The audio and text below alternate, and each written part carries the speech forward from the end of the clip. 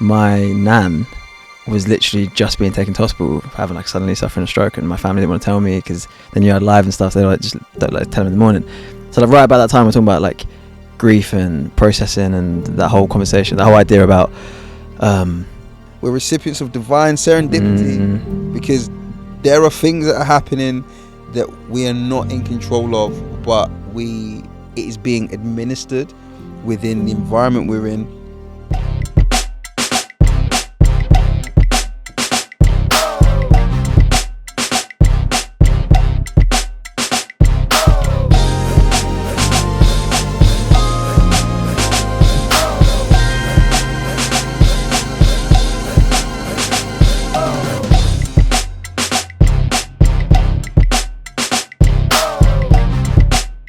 Oh, hello everyone. Welcome to Spill. I just got a little extra energy burst when I realised everyone's listening. Right. Bro, welcome to season 4, everyone. Hope you're having a beautiful start to your summer?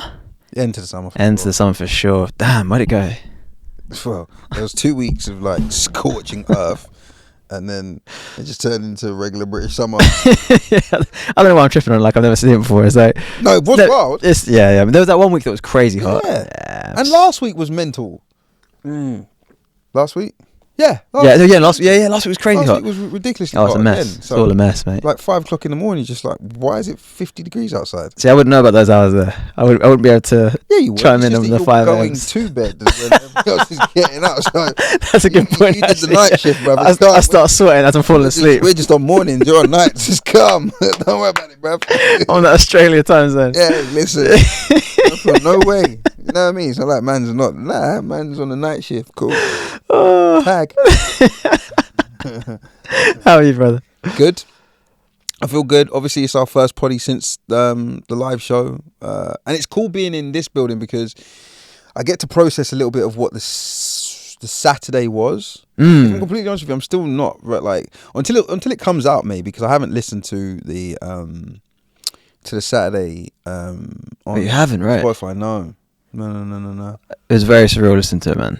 I don't remember any of it. I can imagine. Yeah, I didn't remember any. I remembered like some very key moments, obviously some very key moments, but like I had no recollection of what we spoke about, or Mazza. Really strange. Mazza. How you feeling about all of it? Triggered me on something. Zoe Mallet, forgive me. I'm going to get back to you and we're going to go hang out because we're going to develop that thing. Okay. I just sat and went. When you said it, I remember some moments and I was just like, Zoe. As soon as you said that, I went Zoe, and I just went. Zoe was a question about. I haven't spoken to. Good luck and so. Yeah. She was just asking about good luck and bad luck. But we had a little conversation after, and yeah, we're gonna try and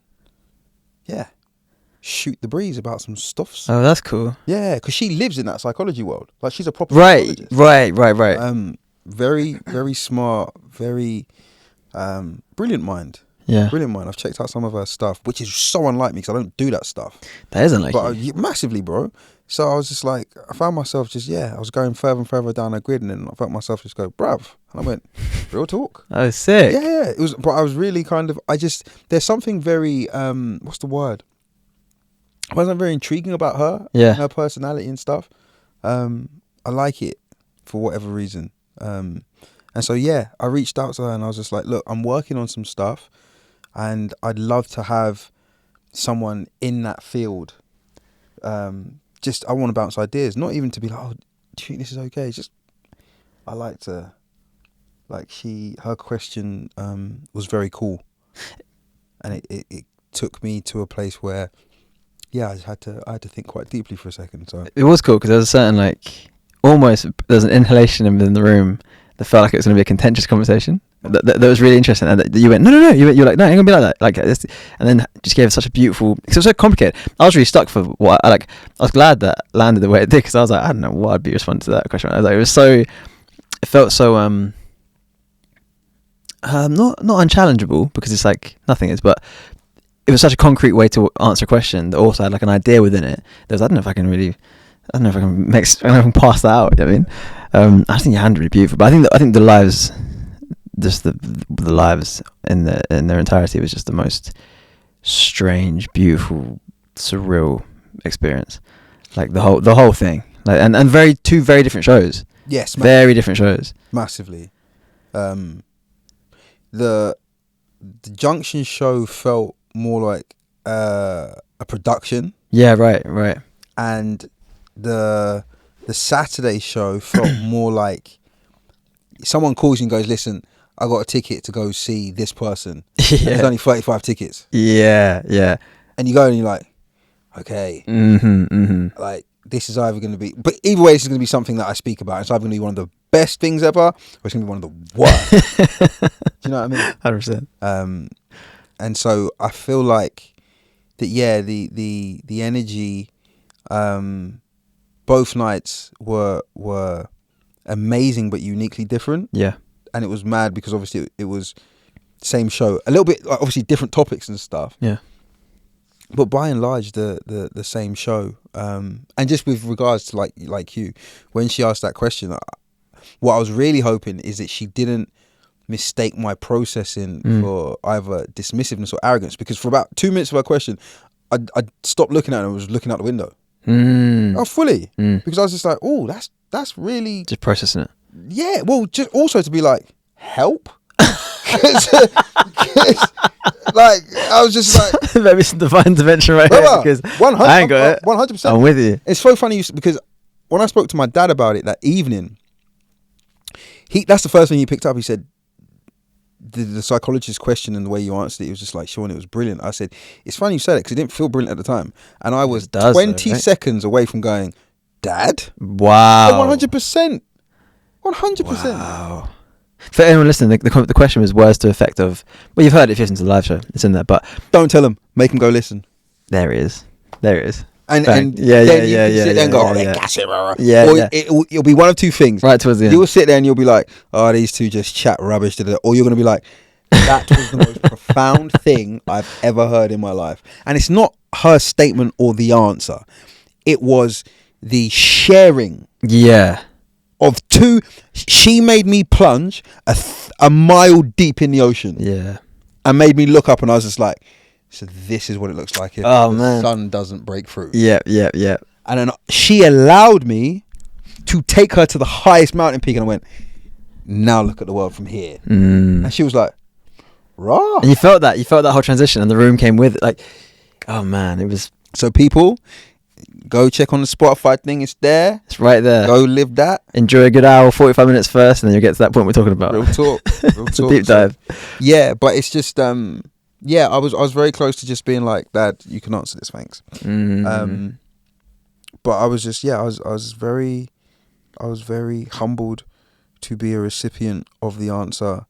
And I just, the reason why I really enjoyed it was because it was a download that multiple people needed. Yeah, man.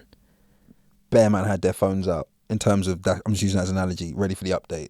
Yeah. Go. So I was just like, yeah, live it. But in terms of the wider point, I was saying, yeah, the live shows were obviously a really cool place to just be like, you know, it was the market end of like maybe a 2-3 month period for us. So I was just like, okay, cool, I don't want to do anything for it. Yeah. I felt very strange afterwards. I felt very like, for days actually, I felt very I couldn't quite take any of it in yet. And I also don't feel like I got to express quite the immense amount of gratitude I feel for everyone that came. Like, I know we said it in the room and stuff, but like really, truly, and to everyone that listens to the show and everyone that's just involved in anything we've done, it's unbelievable, man. Like the amount of energy and just excitement. Look, like especially in the London one, because it was so close and it wasn't that production thing, so we could see everyone's eyes and so on. So it was like, so it was so close, sorry, and we could like look people in the eye and answer questions directly and so on and so forth, or like have conversations back and forth. Everyone's leaning in, so engaged. It's such a beautiful way to actualize this thing that we do in private, being like, oh wow, it's like it's this really shared just the epitome of connection for me, man. I loved it, man. Loved it. It's also very strange because there's a moment in where we're talking about grief, and what I didn't know at the time was that in that exact moment my nan was literally just being taken to hospital for having like suddenly suffering a stroke, and my family didn't want to tell me because they knew I'd live and stuff. They were like, just don't like tell them in the morning. So like right about that time we're talking about like grief and processing and that whole conversation, that whole idea about perhaps when someone passes you are only allowed access to certain understandings of them after they're here, so that you can really experience the fullness of their life post life, if that makes sense. Then my nan passed like a week later, God bless her, and didn't recover from that stroke. It's really interesting to like listen back to the live now, like right, it was after she passed, before the funeral, and I listened back to the live, and I was like, huh, like in that exact moment of what was going on in real, like, 100 miles away, there was some synchronicity, as there always is, in just like mentally preparing me for what I was about to have to walk through. Really beautiful, really fascinating. You know what? You weren't the only person that was dealing with it. Thinking about it now, it feels like the exact same simulation. There was a really lovely spirit that spoke called Talia. Yes. Yeah, Talia, man. Her grandparent was in a hospital. I didn't know that. And to the point where she'd had a massive conversation with her family going, I'm not sure if I'm doing the right thing. And her whole family were just like, listen, But being at the show? brother, Stop it. 100%. When you get a chance, message her and be like, and she'll probably be listening. She'll be like, Yeah. No, I remember Talia really stuck me on the spirit. bro. Well. And when I spoke to her after, and she said, I just went, are you being serious? And I didn't want it to come across like I wasn't in the moment of what she was going through. For sure. She's like, 100%. She goes, I nearly never came because I just didn't know if it was the right thing. And she spoke to her family. I was just like, listen, I'm meant to be going to London. I've got these tickets. And I want to go see the live show.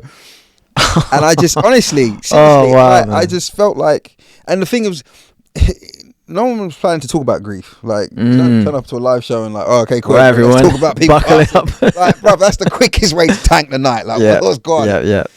But, and it's why I call it all the time, man. We're recipients of divine serendipity because there are things that are happening that we are not in control of, but it is being administered within the environment we're in, or at times like we can be vessels of service. And so it was amazing to me that you were experiencing that. Crazy. And no lie, please. I didn't know that. Just when you get a chance, reach out and ask.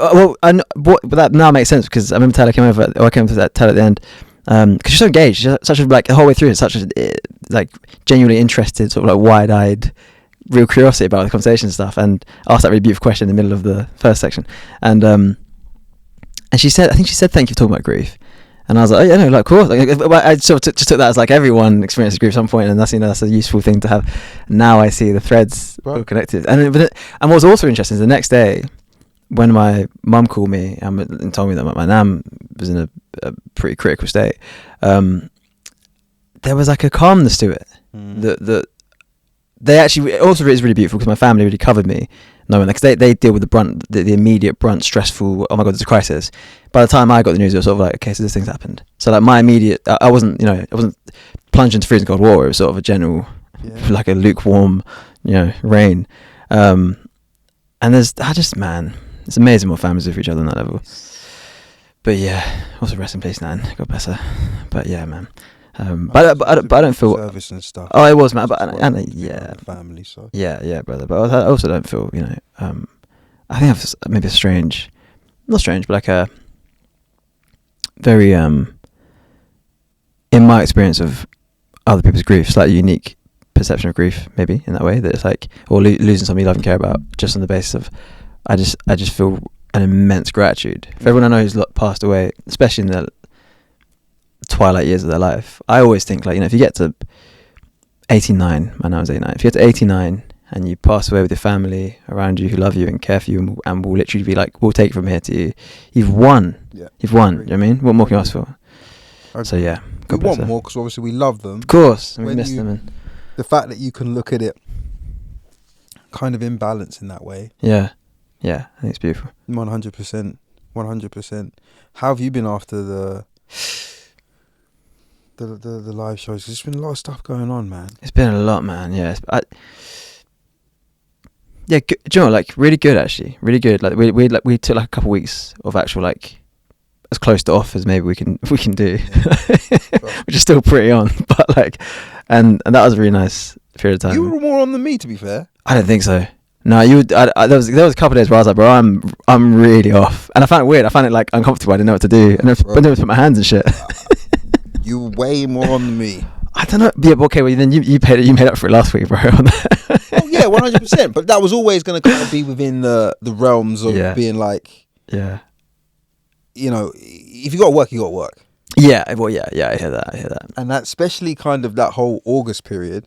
Yeah. Because don't forget, you phoned me and was like, I want to do this and da, da, da. I was just like, oh yeah, no, there was a bit. Oh yeah, of course yeah. there was a bit. The whole basis of the last 3.5 weeks has been because you finally went, bro. And I was like, all right, cool.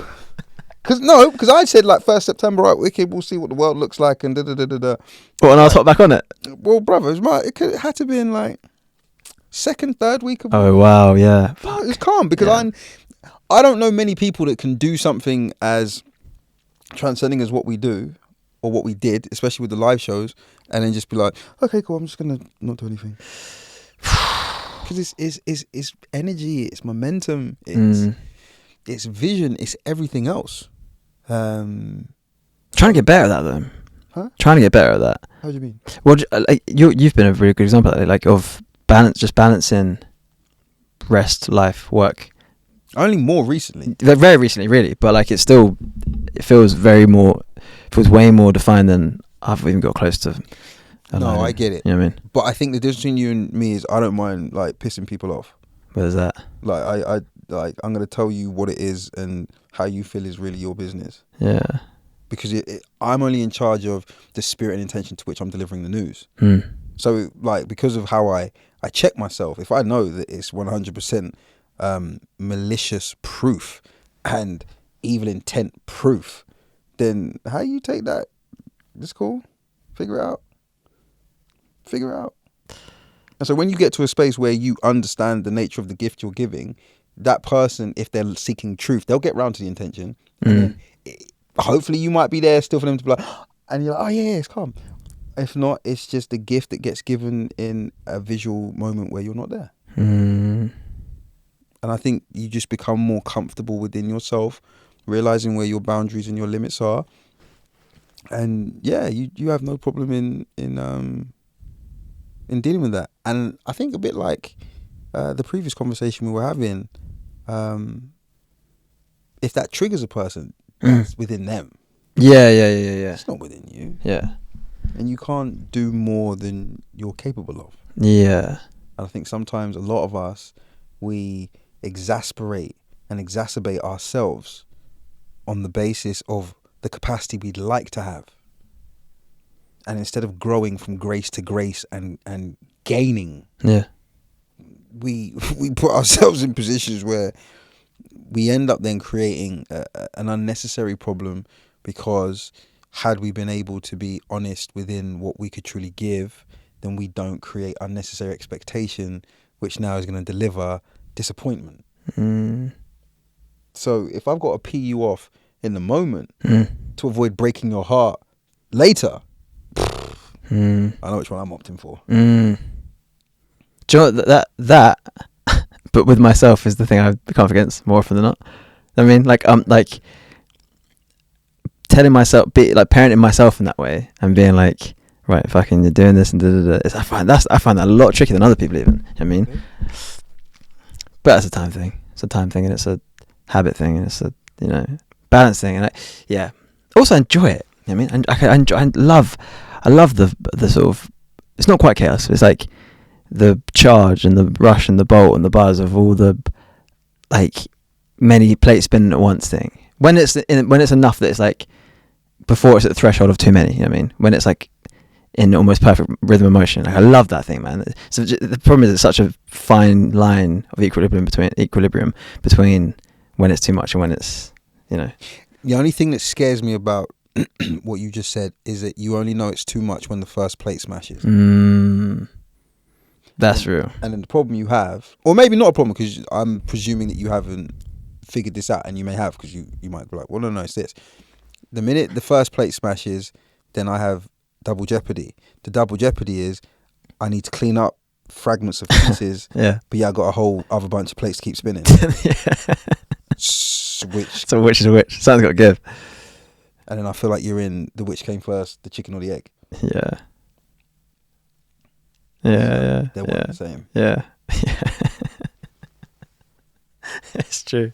Feel me? Yeah, 100%, man.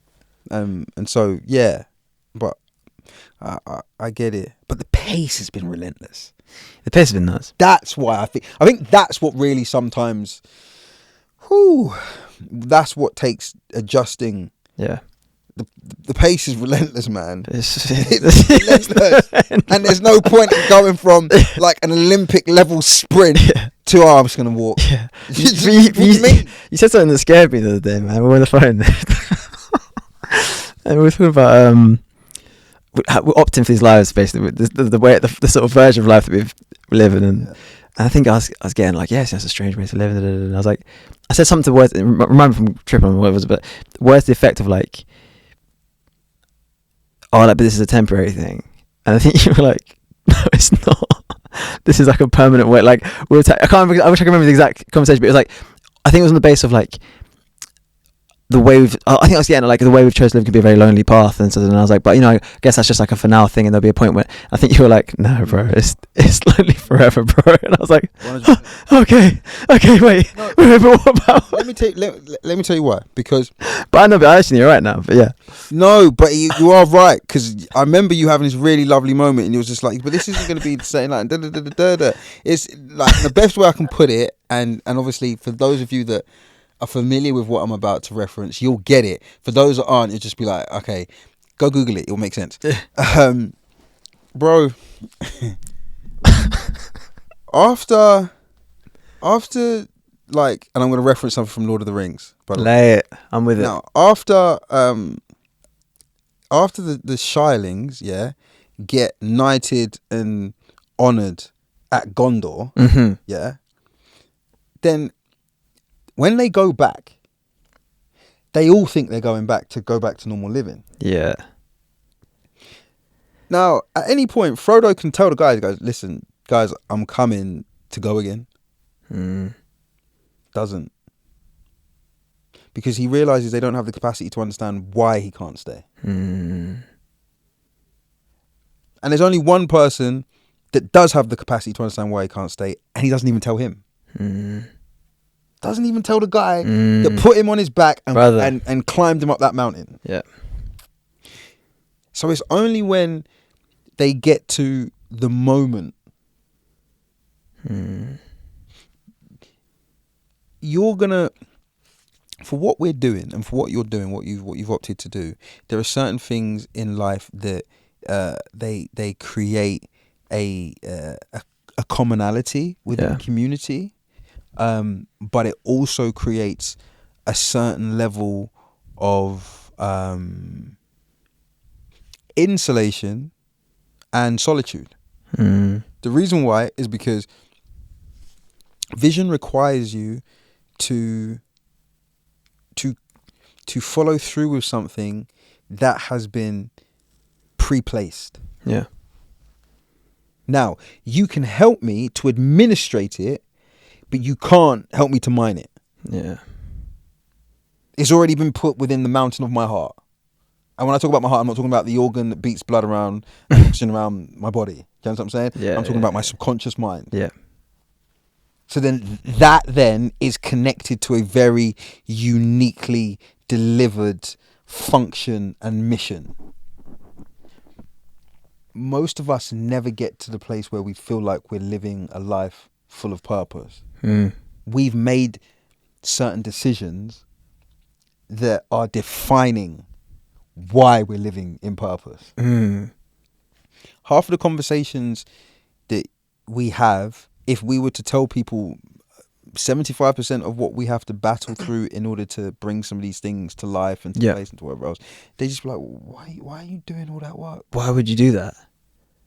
Now, if you're trying to do something that's never been done before, are you really trying to surround yourself with people that are questioning the not the motive, but what they feel like the sacrifice, the toll is on the other end?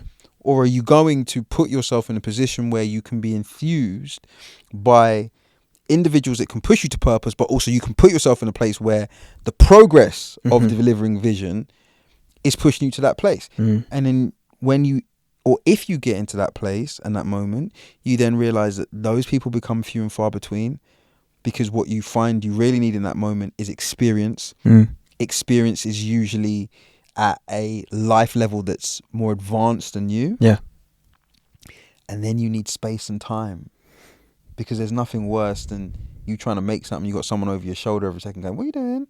What does it look like? Are you done yet? Can I go with it?" And so, yeah, it is a it is a fairly lonely place. But what we obviously have to be careful of, and something that I think you're maybe noticing more so with myself more recently, is that just because something is lonely doesn't mean you're alone. Absolutely. I was just about to say that. Words out of my mouth. Yeah. You're not there That's alone. brother. Yeah. And that's the revelation of what I found, because there are people who are akin to the same type of disposition that we have. Mm-hmm. Same vision, same dream, same drive, or similar visions, Sure. dreams, drives. So then you get around those people. Yeah. Yeah. Because when you talk, they're going to be able to pick up the threads of what you're saying and have something meaningful to say back. Yeah. Yeah. It's I think about the other day, that thing you said about why would you do that. I was thinking about, like, you know, when I was say 19 and like jumping trains to get to auditions and like being in rooms for, you know, waiting an hour and a half in a waiting room of people who look just like me for, like, you know, and then jumping into an audition, doing it for 2 minutes, doing one take, jumping out, like getting like a £1.75 sandwich from King's Cross, and then like get like going home, you know, like it's like a 7-hour day for 2 minutes. Thinking like why would you, again and again and again and again, like sometimes multiple times a week, like why would you do that? Why would you actually do that? What was the driving force there? What was the driving factor?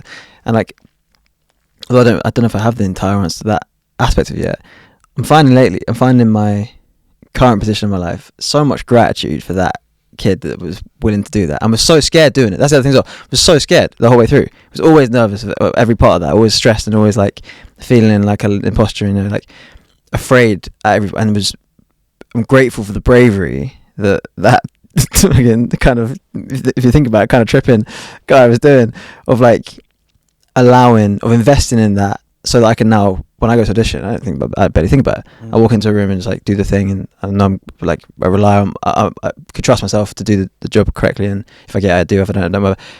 But it's not with the same sort of battle that was, and like that's only because I went through that battle. You know what I mean? And it's a really beautiful practice, actually, in a way, to sort of look back at your own life and be like, oh, thank you for that. Thank you for doing the thing that was like the opposite of what you should have done on paper. Yes. And was the scariest thing you could have done. Like, you probably couldn't have envisioned anything that you wanted more but were more terrified of. Thank you so much for doing that, because now I get to bask in the fucking peace, in a way, of having learned how to be in that space. And that's also like that, something that came from that conversation about triggering as well, in a similar sort of vein. Like, it's why I think trigger warnings are really harmful. Like, I know a lot of people are going to immediately be like, what? But, and I only say to myself, I would never forcibly impart a topic or conversation or confrontational experience with trauma on someone else. But for me, like, I'm really anti trigger warnings. I want to be triggered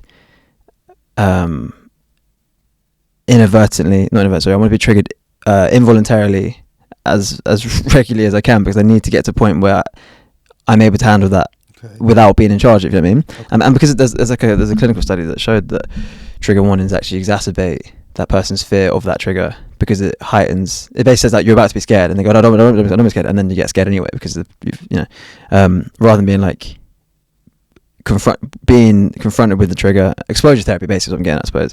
And because I'm such an advocate of exposure therapy, like, the thing that scares you, go and do it. If you've got, phobia of spiders, rather than go through life being like, I'm somebody who's got phobia of spiders, like, spend some time getting over the phobia of spiders, because that's just it's just like neurons firing. It's not necessarily even important. I just find that concept really interesting. There's a big tangent from one to the next in a way, actually. but like, yeah, it struck me earlier, and I wanted to add it in. But I was going to say that, and that's why I enjoy listening to when you speak, because you think it's a tangent. It's not a tangent. You're really kind of pulling all the pieces of the equation or the picture that you're trying to create and paint. Thanks, bro. No, not at all. Together, so that everybody can see it very clearly. when I was Mr. Weir's class, so I had to been 10. Mm. I remember we did red. You remember when they used to Red Nose Day? Yeah, yeah, yeah. And you have to dress up and blah blah blah. All of that. I was always terrified it was never going to be red nose when you got there. Did you get that? On the way to school, I always got that. Yeah, so. Nah, I was just, I was like, what if I'm the only one there who's dressed up? What were you going to say about Red Nose Day? huh? What were you going to say about Red Nose Day? I'm going. Oh, sorry. So when we had Red Nose Day, obviously people usually dress up in uniforms and whatever, and a lot of people will come in based on what they want to be, or what they like, what their hobby is. And I remember I stole one of my dad's clerical shirts and stuff, and it's dog collar, real talk. Now my dad's a big guy, so you can imagine I'm a small kid, and I'm wearing a grown man's shirt and a dog collar. You wanna know the maddest thing?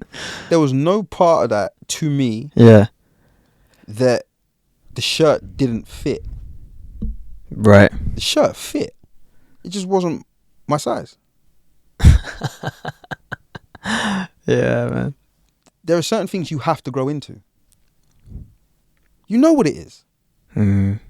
You don't not know what it is, Lucas. But there are certain things you have to grow into. There are certain things, youthful zealousness, that you will grow out of. Yeah. There's certain balanced experience you will grow into. And so a lot of the time, the resistance we find to what is the basis that we haven't grown into it. Haven't filled out. Mm. Now, I only know this because it took me having to go through it in the same space. Like, oh my gosh, your knees. And for me, the live show was perfect poetry, because that's me just going, oh, I filled out. Oh man, that's beautiful. No, I mean, depending on how you look at it, maybe. But like in terms of, It is, because I got to watch your pops be there. You know what I mean? From my perspective, that's what I think. 100%. But whilst I would what's the word I'm looking for? Whilst I would share that sentiment with you, if it was a one-off, 100%. But all it did was infuse the desire to be like, oh, so that's what it is. Right. Yeah. And you just sit there and you just go, okay, cool. Next. Yeah. And I promise you, half of the stuff that you think about, you really stop thinking about. You really stop thinking about, because it no longer matters. And the reduction of what you think allows for the space of what you know. If you do that, the minute that even it was this platform, the minute I was able to say to everybody, I was like, I don't know anything. I then became a recipient to, at moments, receive everything. And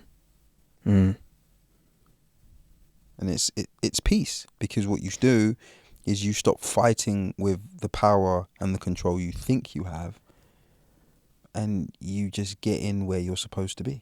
Yeah, man.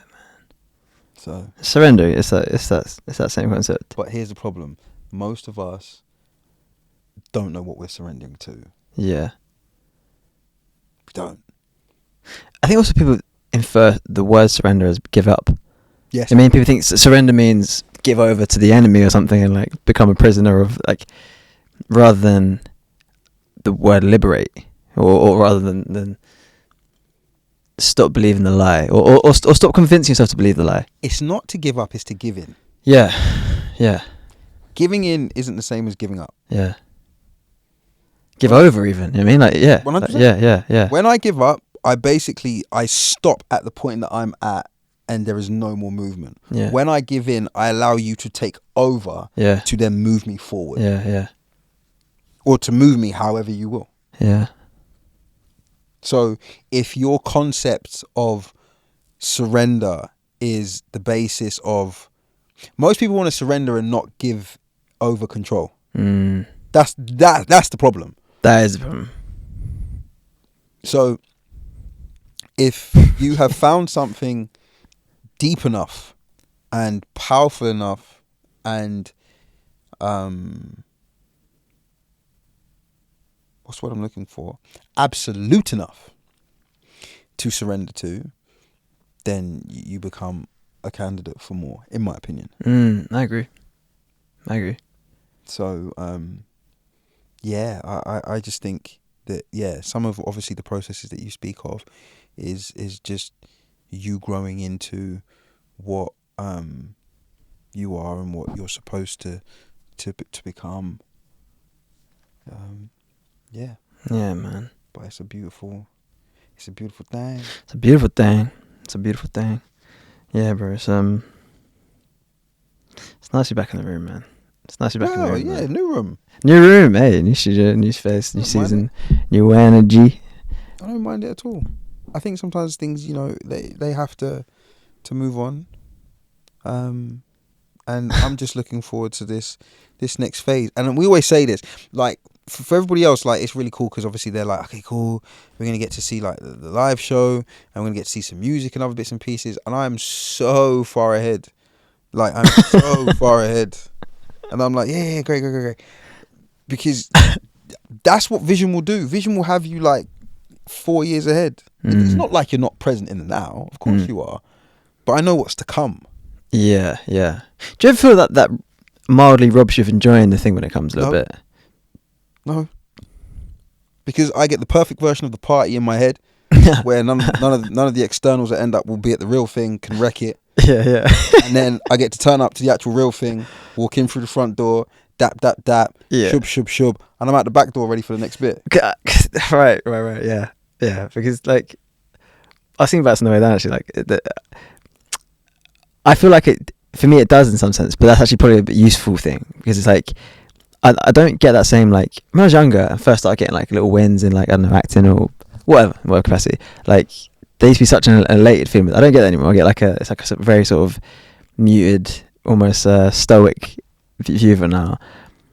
And I think it's just way more sustainable. It's actually way more, because also the lows aren't as low either. It's like the other day, like, I was saying to you on the phone, like, I'm a fucking veteran of rejection at this point. Like, I can like get an email come through. It's like, this thing that would have changed my life didn't happen, and I'll glance at it in the middle of sending an email and go, okay, cool, nice, and like forget about it and as if it's like a notification on Instagram or something like that, just whatever.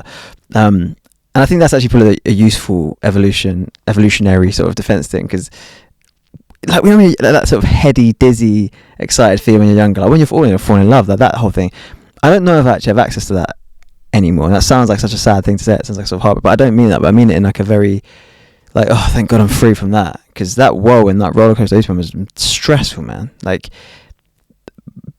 placing value on those sorts of wins and sort of hoping to ride just continual sort of ups. Oh, thank God I'm like no longer run on that system. Yeah. This thing where I sort of like, okay, that can happen, that can come and go, that's nice. It doesn't happen. Oh, that didn't happen, that's fine as well. Like, just sort of a lot more of a, just, I don't know, like a leaf on a wave. Just sort of like, oh, okay, fine. It's not too erratic. I'll take that every time, man. I'll take that every time. Equilibrium there. Yeah, absolutely. I think the thing with youthful exuberance, everything is times a million. Yeah. So, you overindulge in dopamine. Yeah. Because everything is about the feeling. Everything's always the most of that version it could possibly be. Look how long everybody lived off of YOLO. You only live once. According to who? So, you can coin something that is absolutely incorrect. Absolutely incorrect. And you can build a whole culture off of a false statement. Yeah. You can cast word spells, man, for real, that really encapsulate people. I'm trying to say to you then, if words are life, the overindulging in something that feels good in a temporary form because it's seasonal, that is maturity to be able to go, okay, when you cook, and I don't cook massively, but I'm starting to learn some stuff. Me and my mum are hanging out a little bit more. There's a thing called reduction. Right. And what reduction helps you to do is that it takes away not the potency, but it's not as thick. It just reduces. Do you know what I'm saying? It pulls back within the thing of what it is. Yeah, the problem most of us have is that we are oversubscribers to gluttony. Within our natures, we have learned to love greed. So we want more of what feels great even at the expense of ourselves. Mm. And so the reason why I don't stay in a place too long is because everything is rhythm. Yeah. It's rhythm. I live in a musical space where if I stay in something or on a note a beat too long, I have pulled 7 other people out of rhythm. Mm. The best version of what people saw, or my experience of what people saw, wasn't in the room. At that point, it's for them. When do you think a person buying a person a present gets the most joy?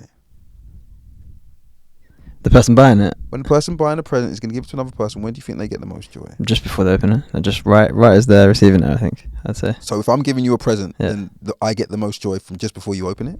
I think so. Really? I think literally dopaminergically speaking, I think literally like Say that word one more time. dopaminergically. So that's basically the chemical Yeah. that is transacted in me based on what I'm about to Yeah, do yeah. for you. It's the immediate moment just before the thing. So Right. that's what the Vegas thing is. Now, I'm telling you, the way I'm wired, my most excitable point is when I'm buying it. Right. Yesterday, I was in my parents' house and I left my dad in the back room. I went to the kitchen and I was getting something out of the fridge and bust out laughing. To the point I knew I was going to need to clarify to my dad what on earth I was laughing about. Because he would have been like, Is he right this in there? Ray is not okay. I went, Dad, and he goes, don't worry. I go, no. Let me explain. I said, I'm taking the cheesy beef patty. He goes, okay. I go, I just had a normal beef patty. He goes, all right. He goes, I said, I've seen how mum has bagged up the patties. She ain't going to be happy there ain't no beef in the morning. Now, my mum was doing refreshments for the brethren at church. So, you know what I did? I imagine her face in the morning when she's like, where's the beef patties? And brother, my mum loves me right now. I can't do no wrong. Yeah. So she's going to be vexed, but she ain't going to say nothing. Yeah. And I said to him, I was like, you know what she's going to do? When she sees me in the morning in service, she's going to grin and, hi, you're right. And I know she would have been absolutely spitting fire in the morning. And I enjoyed that moment almost 12, 18 hours before it happened. Yeah. Simply because I wouldn't even be able to enjoy it like that if I'd been there. If I start busting out while she's kicking off, that's not cool, bruv. And my dinners are going to get messed up for the next God knows however long, and I need my dinner set right. So the intention of what I'm doing and me knowing why I'm doing it for you, that's the greatest moment. Mm. So with the live shows, it's not I don't live in them. Oh, I like it and it's great and da-da-da-da-da-da. But at that point, it's you and your present. Yeah. So it's your Christmas morning. Yeah. I had mine. Yeah, man. Yeah, that's actually beautiful. You rinse your game. Yeah. Enjoy your game. Oh, but no, no. Trust me, I've rinsed it in the store before. It's wicked. I know. Don't worry, I got you. I hear that. And then in that sense, whilst I can leave you overjoyed with what's happening, guess what I'm planning? Your next present. Yeah. So when I'm thinking people, it's not because I don't want to be around people. Well, there's a part of like, just 10 feet at all times. But the other part is, you ain't seen the other snacks I got for you, brother. You think that's good? Wait. I can say 2 words to you, like, and everybody's going to be, because they're going to be gassed because you've done an amazing job with the edit. It looks ridiculous. But if I say to you, okay, cool, Spill Live, you're like, yeah, it's great. And if I say to you, Inheritance Project. Yeah. Now, 100,000 downloads on Spotify, they're going to be like, Inheritance, who? Mm-hmm. They don't have a clue. Mm-hmm. When I tell you the Inheritance Project is more alive than what we're about to release. Yeah. Am I lying? Bro, facts. Thank you. That's been true for 3 years. So, then you do understand why I can have a moment before it's made. Yeah. Then when it's come, pop my head in the door and go, Yeah. what up? Everybody having fun? It's the greatest boy I've ever been. Y'all enjoying there? I'm off. Yeah, man. And it's probably the best. It's probably also the only way you can consistently stay on it as well, because you can't stay. If you stay at the party too long, you stay at the party too late, the party starts to take its toll. You know what I mean? Like the party. Yeah. I was always taught never to love the party. Yeah. Like the party. Mm. But But if you love the party, you'll never leave the party. That's the difference between, well, I can't talk for anybody else. That's the difference between myself and maybe others. Yeah. I'm there with you, brother. I can't wait to leave a party. I need the party. Yeah. I don't. Yeah. I don't. Yeah, Never have. Never will. I've always only ever felt, and I literally not even metaphorically speaking, I've literally like before anything like that, before any like social party, I'm always like, I literally can't wait to be home.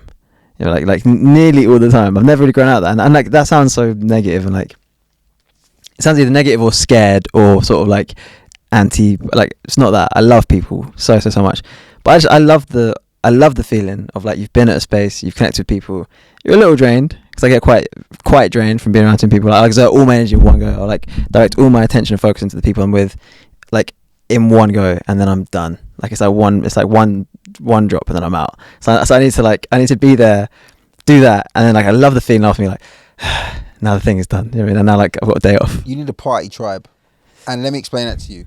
I only learnt this maybe 5, 6, 7 years ago.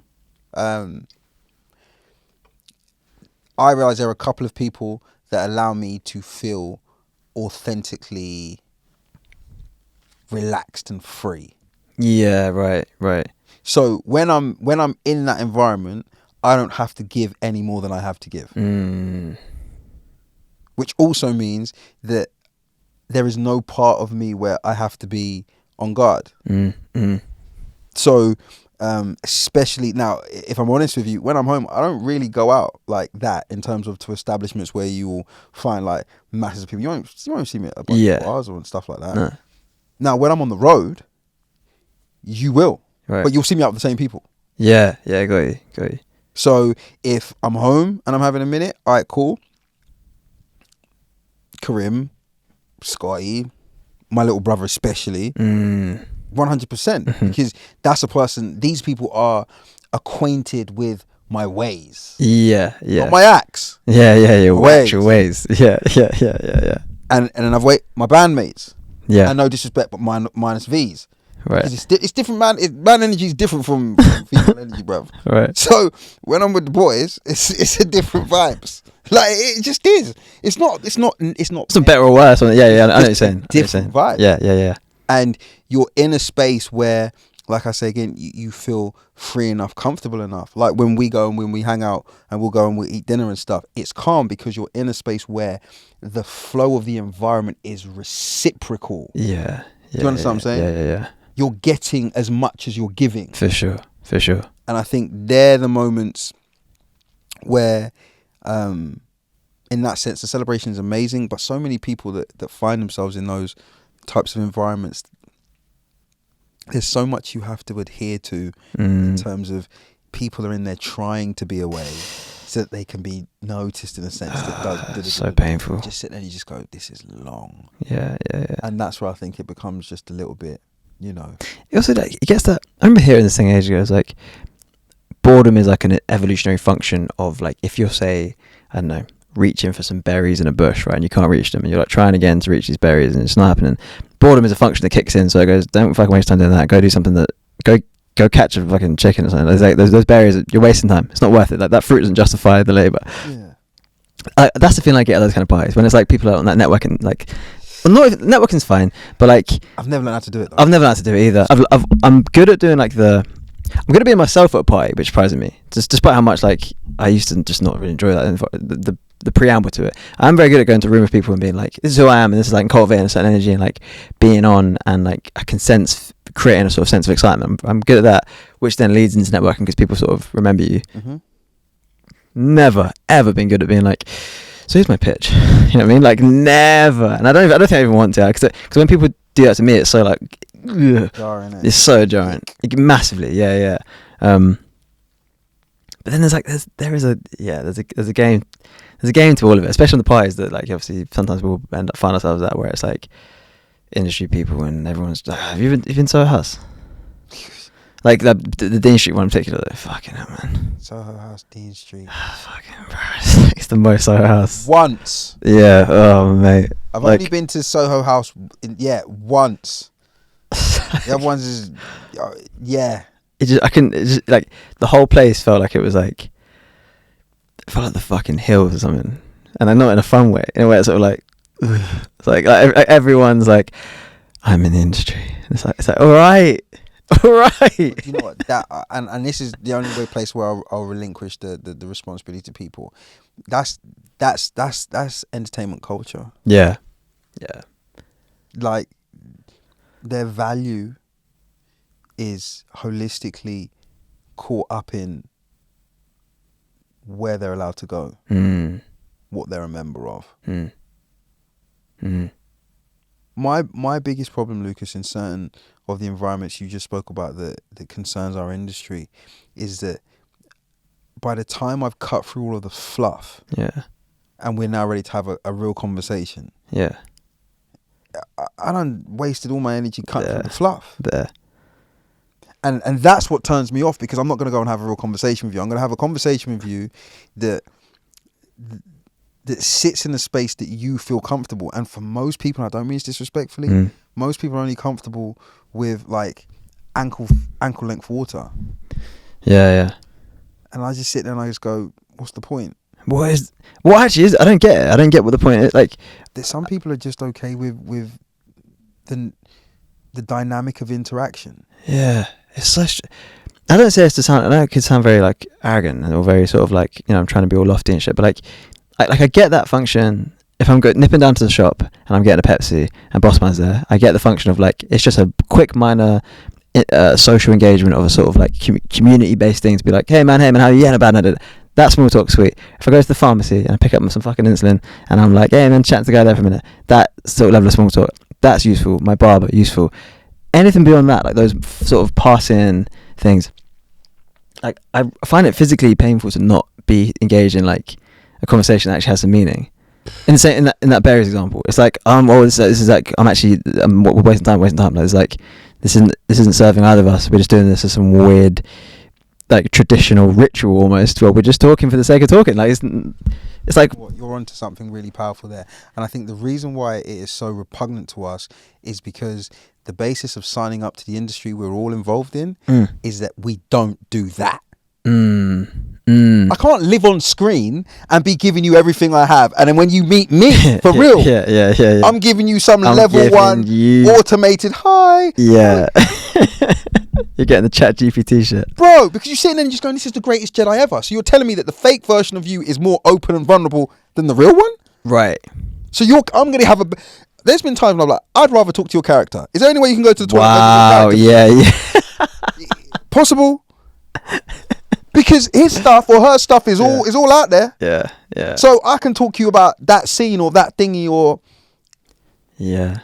And that's the problem I have, is that, and I don't mean the way it's going to sound, because some of the power that lives at the top end of what we do has nothing to do with the craft or art of what we do. Absolutely. Then you have a whole bunch of people setting structures for the authentics in that. And go, right, this is now how you transact yourself in this thing. And they know in their own head and space, and like, this isn't how I want to be. Like, this isn't how I want to be. I'll be honest with you. I was so excited by Tom Holland's interview, and I found myself getting really scared for him. On Jay Shetty? Well, Jay Shetty, and just, he's been kind of talking on a bit more opinion. Was it Jay Shetty? Yeah, it was. For a certain level. Right. And I loved it.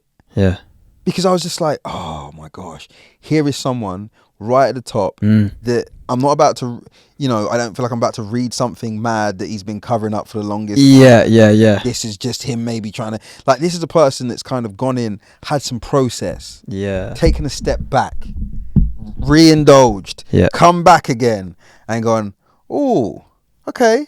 And he's not coming out and going, you're right. It's no point, it's no finger pointing. He's just going, I get it and I understand why it happens.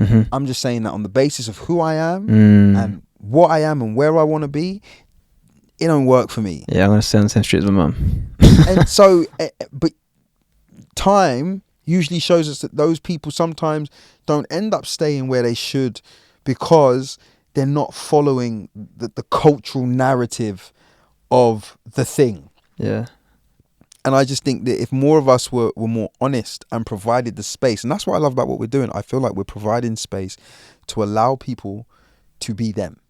Yeah, that's what's cool about the live, man. Like you feel it really viscerally. Bro, there were so many different types and walks of people in that building. Yeah. Judges, lawyers, psychologists, property gurus, people that are in entertainment and music. Yeah. People that have what we'd call regular jobs in finance or fashion or whatever else.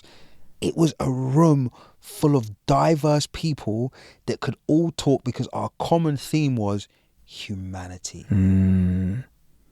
Not wage, not social standing or class, not what did you pull up in, who's on your wrist, or what's on your wrist, or who you trying to move to.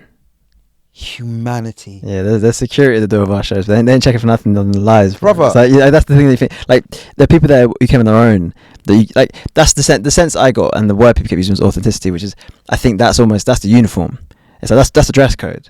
Like you come wearing who exactly you are on the day that you arrive, and there's almost a sense that anyone else who's trying to cheat that will get sniffed out real quick. You won't like the cloaking field will come down real quick. You won't feel comfortable. Yeah. You just won't feel comfortable because you'll come to flex and just be like, oh shit, wrong room. Yeah.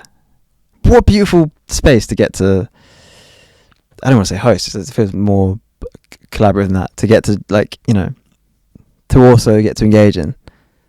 I like it because I feel that in order for people to be vulnerable, they have to be comfortable. And in order for people to be comfortable, they have to trust the intention of what's happening. You're never going to allow a doctor you don't trust to operate on you. Mm-hmm. You just wouldn't. And so I think the cultivation through time and process, like it wasn't a microwavable thing. Like Lucas, we waited a whole basically 2 years before like, okay, cool guys, come and experience this. Yeah. And the reason we wanted people to experience it is because, unbeknownst to them, we have some people that think that like there's a whole kind of teleprompter thing going on. I swear down. The script allegations. I swear down. The show scripted. And I ain't gonna lie to you. Script I'm allegations. gonna tell her this when I say as well. I kind of thought that might have been what was Zoe was on as well. I was like, she's gonna find something so left just to be like, Fong! I swear to you, bro. When I see Zoe, I'm like, bro, I ain't gonna lie. I thought you came as an agent, brother, undercover. Still, brother. I remember literally going looking at the window and be like, Lord. Help. Yeah, that's one of my favourite comments ever on our TikTok. So I go, another scripted comment, another scripted video. I was like any, wow, if they knew us, like anybody's got time for that. Yeah. Also, like, it'd be good acting, bro. That'd be some good work. If we would turn this shit on and learn lines of dropping this, bro, that'd be fucking. I wish I was that good at acting. I'm just saying, you just got to semi-listen to half of what we talk. Like, ain't nobody got time for that. Who's gonna load the teleprompter, bruv? Bro, who's writing that? You should see people in this room right now. Actually, like, guys, no. But in terms of, like we were saying before, it's just it's a great way to it's a movement. Yeah, man. And it's a word that you like to use a lot. That there's a scene building of free thinking people that are chasing purpose. Yeah man. See, I love that. I love thinking of it as scene, 'cause it's like it's one so founded on love and not in that like trite or culty way or like that, that weird like sort of even hippie thing. Like, no disrespect to hippies, but like, but they still exist. There's a couple. But there's a couple. There must have been. Yeah. Man don't bathe. They don't. They don't bathe. They don't bathe. Bathe, bro. Man, I'm beard. Get Martian, so it's surprising on my hips. Thank you to Sydney S, Angel Lynch, Derek Singleton, Kayla Penner, Caitlin Marsh, Asher, Olivia North, Swift, Missinette Mitchell, Chantel, Wilma Anderson, Josh, Jess Wilkins, Saffron Coyle, Ginevra, Hannah Mortimer, Luke, Jared Crumpler, Anna Crow, Grace, Nina Parrish, Kristen Reeve, Alex Morton, Kate, Michaela Nathan, Jamie Scott, Lucy, Layla Gopavar, Scarlett Faye, Raven Nicole, Andrew Rowland, Ellie Newton, Vanessa, Maisie Hancock, Lewis James, Leah Flanagan, Louisa Marnock, George Baxter, Vicky Malatos, Luke Constable, Emily Layla Cranfield, Helena Garcia, Lucas Crivelli, Eamon Rolls, Ariana Uamama, Daniel Freeman, Till, and Iman Hassan. Thank you all very much. Guys.